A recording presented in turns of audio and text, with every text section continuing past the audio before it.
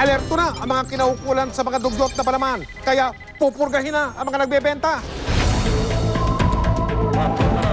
Di namin tinigilan ang tinuturong pagawaan daw ng dugyot na palaman. Kumbaga yung lugar nila talagang laging sarado eh.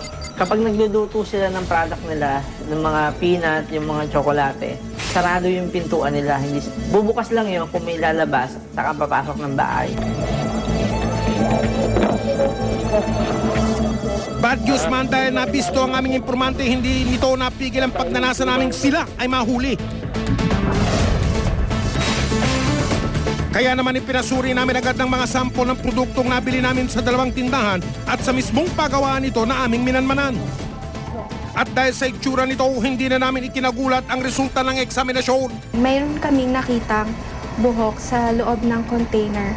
Para po sa standard plate count, ayon sa sample na ipinasuri, ang resulta ay sa tuna, 2 numerous to count colony forming units per gram.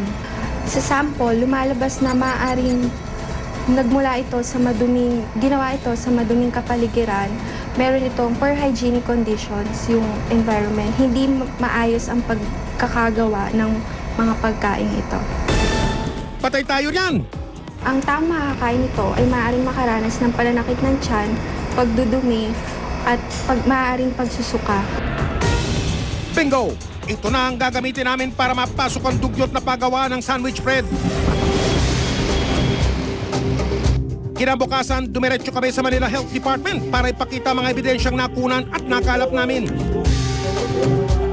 Sa tulong ng Manila CHAPA o Manila City Hall Police Assistance, plinano ang pag-kumpiska sa mga kadudadudang palaman. Siyempre pa, priority ang pagsalakay sa tinuturong paggawa ng yaki na palaman. So yung pinaka-source, ang pinakamaganda nating titirahin. Isimutin natin kung may mga stasyon, isimutin natin. Tapos magbibigay tayo ng advisory. Importante advisory, no? Huwag i-patronize yung mga ganong klaseng product.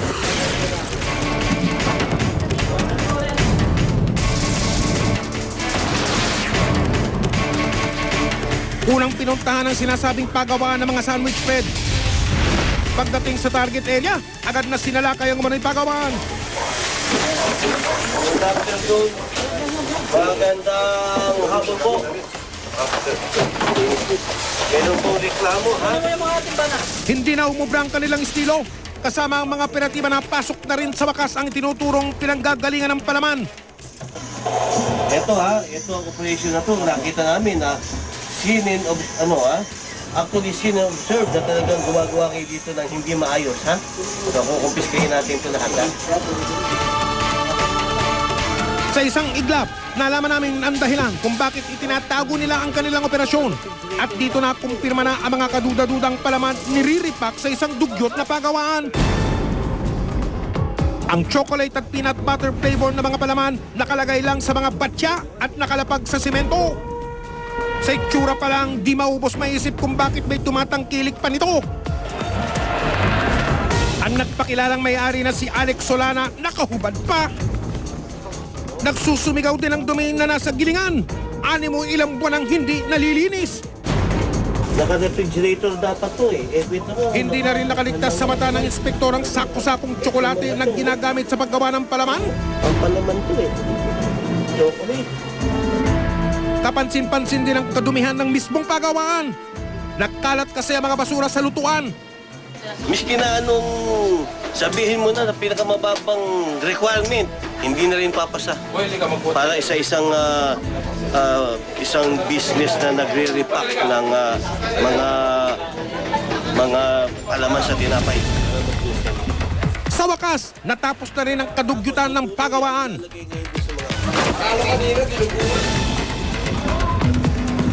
Sunod naming pinuntahan ang mga tindahan sa palengke na siyang nagbebenta ng mga yaki na palaman.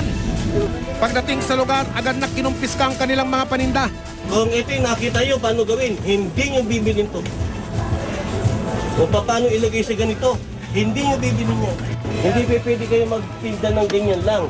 Kailangan nakalagay kung saan ang factory, pangalan ng gumawa, kung kailan ginawa, kung kailan expiry date, ha? Tsaka kung ano yung ingredient.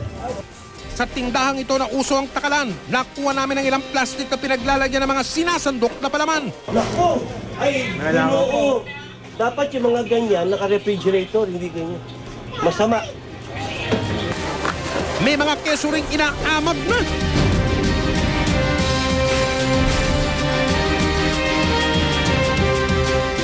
Sa dami ng nakumpiskad, 2 jeep ang kinailangan para paglagyan ng mga maruruming produkto. Idiniretso ang mga nahuli sa tanggapan ng Manila Chapa. Dito, isa-isa nilang sinubukang linisin ang kanilang mga pangalan. Hindi naman po namin po alam, basta lang po nagtitinda lang po kami ng ganun. Pero kayo kumakain kayo na po. Opo, mga anak ko po din po, pinapalaman din ako yung peanut. Talaga lang ha? Hindi po ba halata na marami ang inyong ginagawa? Hindi naman ako siya sinasabi malinis yung ginagawa. Talagang marami po, sir. Talagang marami po, sir. Maging ang isang ito may sariling dahilan. Ang may-ari po niyan, tiga Laguna. Hindi po namin talaga alam kung sino, pero may nagbabaksak lang din po sa amin na hindi naman din po sa amin sinasabi kung sino yung tao na yon. Hindi umubra ang kanilang mga alibay sa mga otoridad kaya asunto ang kakaharapin nila. Violation of PB 856, Code of Sanitation of the Philippines. Yan ay may kaparusahan na penalty, no? Not more than 1,000 pesos at imprisonment of not more than 6 months.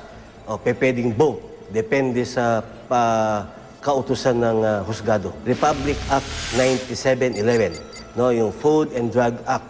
Yan ay may penalty ng 5,000 pesos and imprisonment of 2 years. Siya po ay lumabag sa ordinansa ng Maynila na 601-B o working without permit, wala din siyang health certificate at sanitary permit. Ito po ay may kaulakulang parusa na 1 araw hanggang 30 araw ng pagkabilanggo, multang 500. Samantala, ang mga dugyot na paninda nila tuluyan ang itinapon sa dapat nilang kalagyan sa basurahan.